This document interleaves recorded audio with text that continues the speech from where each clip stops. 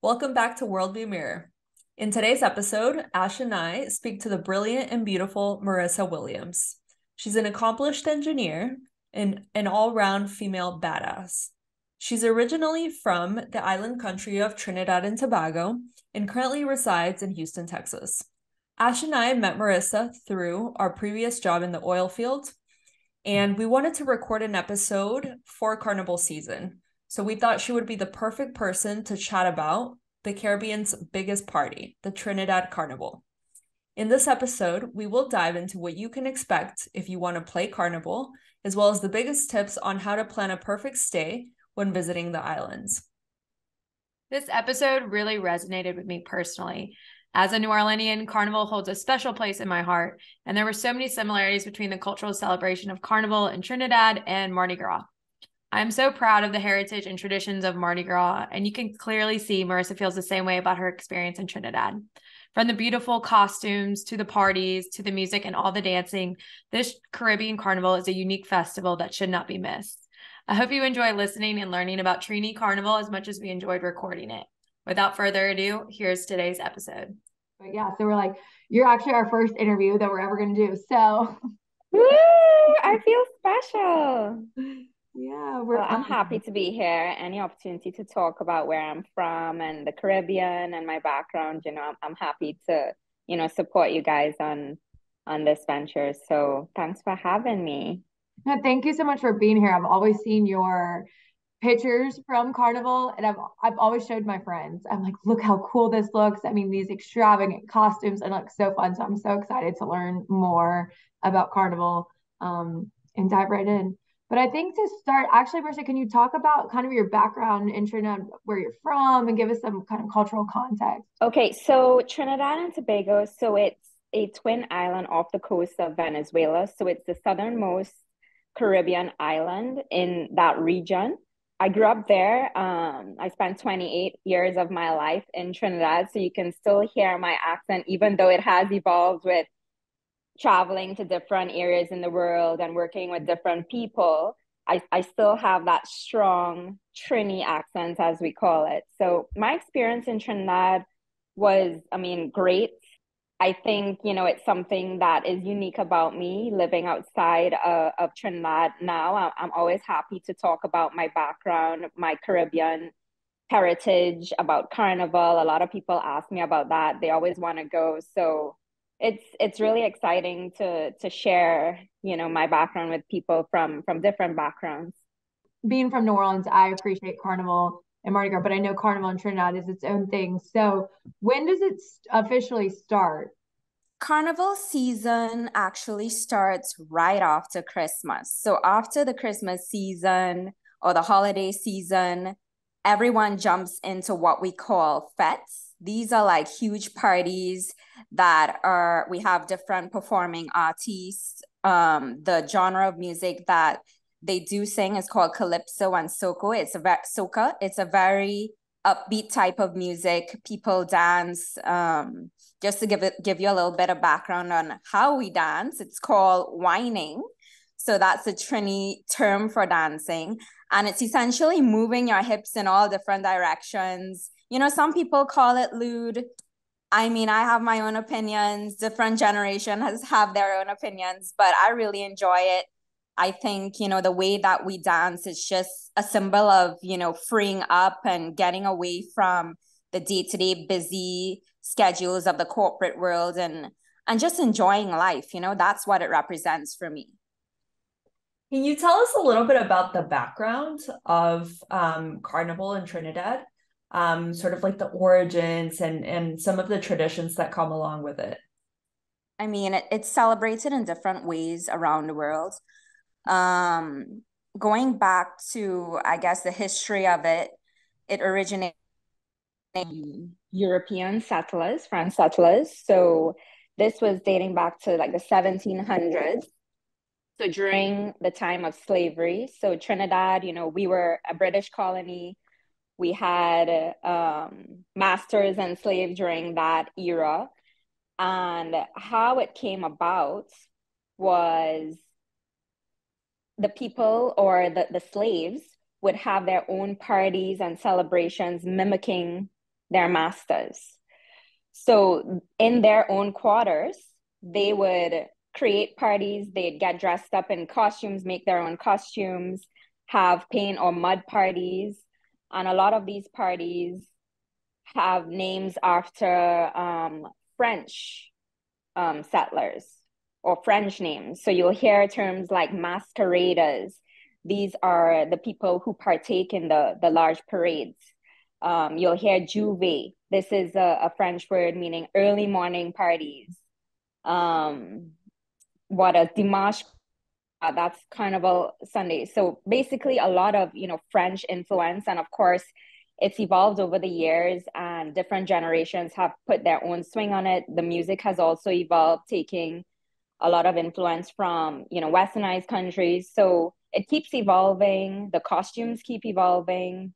But it's the biggest show on earth. And I love Trinidad Carnival. I haven't experienced any other carnival to compare it to, but I don't think, anything can top the experience, just being free, marching through the road in your vibrant costume. Nothing really can compare for me. Talking about the costumes, so does each kind of party have a different theme, or where did the inspiration for the costumes come from? If you were to be a spectator at the parades, you'd find that you would have different sections with varying styles of costumes. Now, in Trinidad, we have various designers that create their costumes, and the origin of the costumes were basically coming from costumes that were made basically to show colorful nature of the people, the local people. And it's evolved, the women specifically, we wear a lot of vibrant colors and feathered backpacks to go with that. So you walk out on the road looking like a Victoria's Secrets model, actually. So I think for women, it's really empowering to put on these costumes because you get to feel comfortable in your body, and you'll find everyone just having a good time in these costumes. The men, I mean, it's a much simpler costume. They just go on the road to have fun. It's very similar to a pair of board shorts, something that you'd wear to the beach. So I would say the costumes are more focused on, the female body and design. They are absolutely beautiful, and y'all do look like Victoria's Secret models. No, it's really fun. And I think, coming up to the carnival season, you find everyone like hitting the gym because over the years, the costumes have gotten smaller and smaller.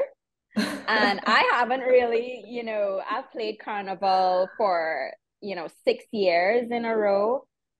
This carnival coming up is actually the first one after the COVID season. So Trinidad, we didn't have the celebrations or any of the fetes actually for 3 years. So the whole community is very hyped. The country itself is very happy in terms of, all the economic benefits that Carnival brings, all the tourists that are going to be in Trinidad. So it's going to be a really exciting time. And I expect it to be wholly just wild, to be honest, and a fun experience for not just the locals, but for tourists as well. What has Carnival meant to you, like growing up? So I think the experience and the views about Carnival differ generationally. For my grandparents and my parents, it was more so a representation of, historical heritage of Trinidad and Tobago. So they would go to shows like Soca Monarch or go around the savannah in Trinidad to watch the musicians play the local drum called the steel pan. For me, the experience was just having, fun with my friends, getting away from the busy work life. Locking off, the whole country shuts down for Carnival. It's actually public holidays, the Monday and the Tuesday. And everyone just has fun. They lock off work. They focus on having a good time, and it's just a freeing experience. So I love that about it, where I can just disconnect and it's an escape, really. That's how I feel as well about Carnival here. You said there's going to be, imagine there's going to be a plethora of tourists this year, especially if it's the first year back. But what advice would you give someone visiting Carnival, or like what are the local things you would suggest people come see? The thing is with Carnival, you kind of have to be thinking about it a year in advance and decide the summer before you go Wow. if you're going to go. Because the band launches, meaning the costume showcases, happen a year before. Tickets to fly to Trinidad, hotel and accommodations, they're limited. So as soon as you have the inkling, I want to go to Trinidad, you have to plan your travels 3 6 months in advance, especially if you want to get tickets for the fetes or parties, you want to get a good accommodation, and you want to get a reasonably priced flight. Now, I would recommend for anyone visiting Trinidad to travel there about a week in advance. So you get a taste of these fetes or parties, and then you can experience the island a bit, go to the beaches, taste the food. We have local foods like doubles, roti, and these are street foods. You have pilau, kind of similar to the jambalaya that they serve in Louisiana. It's a rice and bean dish. And of course, you have the local rums, Angostura rums. They make a plethora of drinks using that. So it's nice to sample what's offered locally in terms of food and drink. Now, the Monday and Tuesday, it's mayhem. You get dressed up in your costumes. The preparation for that for the woman especially is extensive, from hair to makeup to nails to spray tans. Women really go all out for Carnival. So the preparation for that, I would recommend, taking the Sunday off if you're someone who takes time on those things. For me, when I travel there next Sunday, I'm going straight from the flight. My husband and I are going straight from the flight to a party. It's a street party before the Monday and Tuesday, and we're going to get our full experience. But if we had the time, we'd ideally travel there beforehand. Is there a certain dish that's very like emblematic of Carnival, or a certain drink? I won't say that every year is the same. You usually have time slots where the bands and the parades stop, where you can break for lunch. And what I've seen in the past year is they usually have the local food. So the pilau, similar to jambalaya, or curried chicken or curried meats. That's another local food that's popular. So something that could take you through the rest of the day, because it's a lot of dancing, whining, jumping, just having a good time for hours on end. So you need that sustenance to get you through the day. I know you said you could buy tickets to the different fete parties, and then there's, I'm Right. assuming, the parties in the streets. But is that something anyone can participate in? Do you need to be part of, we call it a crew here, that parade? Okay. How do you like participate? Again, you have to decide the year before. July, August, the year before, whether you're playing or not. So after the costume parties launch, that is the showcasing of what's coming for the next year in terms of costume designs. You decide, okay, I want to sign up to play in, for example, the band that I'm playing in is called Tribe. I would have decided I want to select a costume in that band. Then I put a down payment on that costume. You have to pay off your costumes a month before Carnival actually happens. And that package usually includes your costume, 2 days of all-inclusive drinks and food. The Tuesday, there's also a last lap, as they call it, which is the final party of the season. And that is a package that you get.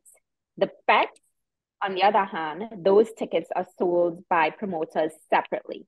So if you want to plan a whole itinerary of events that you want to go to, you need to focus on getting your Carnival package separately, and then looking at which fetes you'd be most interested in, whether it be a water fete or just a cooler fete, right, where you bring your own drinks, or an all-inclusive fete where everything is provided, food and drink. is there like certain bands that are just like traditionally for like basically can you only participate in those if you're a local, or if you know your family has been in them or something like that? No, all the bands are open to locals and tourists. It's a matter of availability, right? Costumes get sold out pretty quickly within a month of the launches. So if it is you really want to go, you have to lock your packages down early, right? Now, locals, they don't let a carnival slide. I usually see a mix of Caribbean folks on the road. So whether you're from Barbados, Jamaica, Grenada, St. Lucia, you have all the people, the Caribbean people coming from the different islands. And then, of course, you have your Westerners, Canadians, people from the US, and our Europeans. So if Carnival is something you want to experience, it's definitely an option. I will say that it is very expensive for tourists to play Carnival. To give you context, the tickets to fly there, because it's high season, tourist season for Trinidad and Tobago, it could cost you anywhere between $800 and $2,600 per person, US dollars per person. The costumes for females range at the very least, I would say 600 to 700 US dollars. And then for males, their costumes can start at 500 US. And then you have to think about all the parties that you want to go to. So that could, you know, depending on the level of service, whether it's an all-inclusive or not, that can range between $80 to, in some cases, you know, $300. Yeah, it definitely adds up. It does add up. So you have to budget for it. But there are ways to make it cheap. There is, or cost effective, I guess. And if you're someone who really enjoys immersing yourself in cultures, then it's doable. Definitely. Well, that's how you have to plan a year in advance. You got to start budgeting to make Yeah, it you got to start budgeting. Is there, so I know you mentioned the Monday, Tuesday are just absolute mayhem, but are there other good days to come visit if you wanted to visit earlier in the season? I know you said the season starts right after Christmas, but I didn't know if there's other points in the carnival season that would be like you could get a good experience as well. Honestly, you have to be there for the parades. So the Monday and Tuesday, even if you're a spectator, you're not participating as a parader or part of the bands, that is the meat of what Carnival is. So even if you can't make it a week before, make it a week after the week after Carnival. But you have to include that Monday and Tuesday. Now you can even include a trip to Tobago. It's a $50 flight from Trinidad to Tobago. And it caters very much to tourists in terms of their wonderful ice blue water beaches, their boat tours to see coral reefs. It's usually where everyone goes after Carnival to wind down or relax.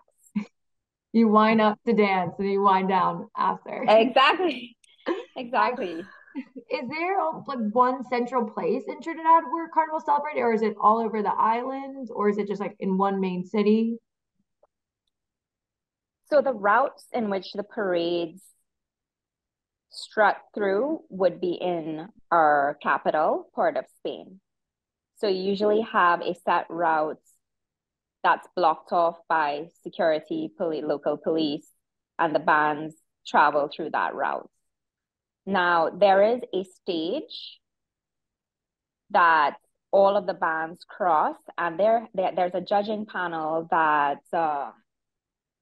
judges basically the quality of the parade, the soca that played the most. So you have winners at the end of it, and those are announced post-carnival. And the winners are judged on, like you said, the music. Do you pass anything out like throws, or is it more you're just dancing through the streets? No, your costume is what you have on. You're dancing through the streets, drinking, and just having a good time. What is one of your favorite memories of Carnival?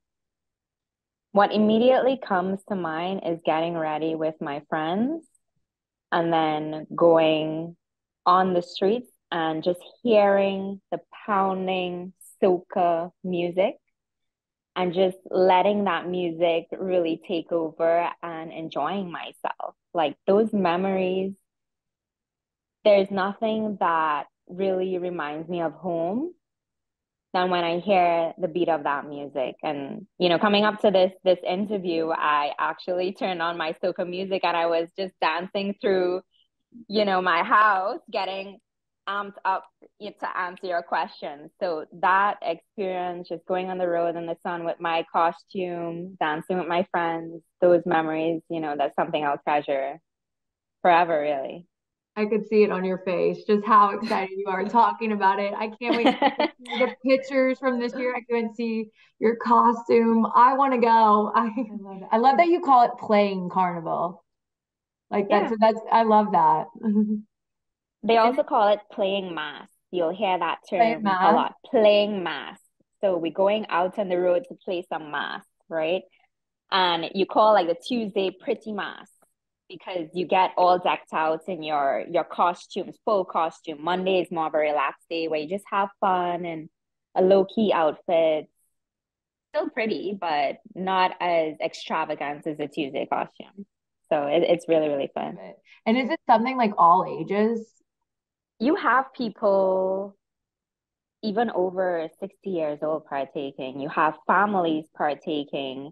Of course, you have to be over the drinking age, which is 18 years old in Trinidad. And you have a week before the actual carnival parade, you have kiddies carnival. So you have something for where parents take their kids to parade in costumes as well. That's adorable. I had no idea. Yes. It's definitely for all ages, families. You have historically bands that were created by families, specifically the Hearts Carnival band that was known as a family band. So it's very close to home for a lot of people. And if you talk to Trinidadians or Tobagonians from different families, their experiences, of course, would be different.